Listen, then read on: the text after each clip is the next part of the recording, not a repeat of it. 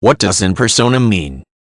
In personam is a Latin phrase that literally means against a person or directed toward a particular person. It is traditionally used as a legal term that involves a claim against an individual person rather than a company or a local, regional or national entity.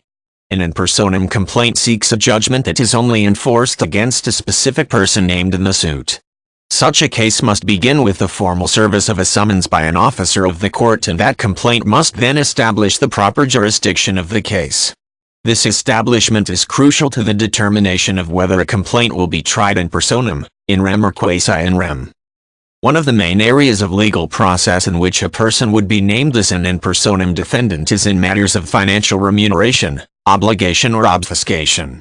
This designation means that the judgment is against a particular person and carries the full weight of potential penalties and punishments prescribed by the governing jurisdiction. This fact alone is why such a designation is vitally important to the adjudication of such a case.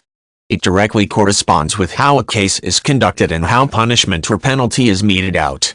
Cases in which the defendant is exonerated of any wrongdoing still carry the designation of a judgment in personam. For a plaintiff to file a complaint against an individual, the case must be filed in the specific jurisdiction of the defendant. Inexperienced claimants or those who have not procured the services of adequate counsel often make the mistake of filing in personam complaints in a court of their own jurisdiction. Filing the complaint in the jurisdictional court of the defendant is necessary because only the defendant's jurisdiction is capable of enforcing a judgment in personam should the defendant be found liable or at fault in the proceedings. In contrast, cases that are adjudicated as in rem, a complaint seeking to determine the status of an item of personal or public property, typically must be filed in the jurisdiction in which the property is located. The fact that the jurisdiction in which a person resides has the power and authority to direct judgment against that person is at the heart of nearly every precept of civil law. It is the foundation that allows for the international reach of such cases. Any claimant residing anywhere in the world may file a complaint in the local or regional jurisdiction of a person who they think has wronged them.